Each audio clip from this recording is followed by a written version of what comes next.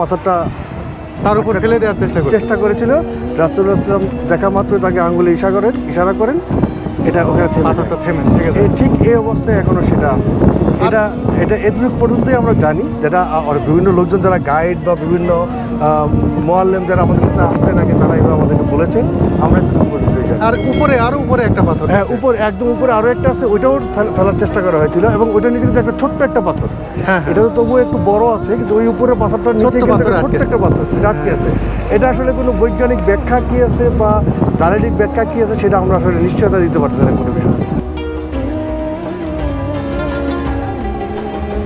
বুড়ির বাড়ি দেখুন কিভাবে ক্ষয়ে চলে গেছে, কিন্তু মানুষ মুখে মুখে রেখে দিয়েছে, চিনে রেখেছে সেই বাড়িটি।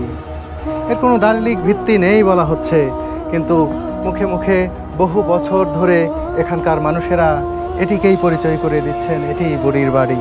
মানুষের মুখের কথা একেবারেই ফেলনা নয়, কারণ যুগ যুগ ধরে মানুষের মুখে প্রচলিত ইতিহাসও কখনো কখনো অনেক শক্তিশালী হয়ে ওঠে।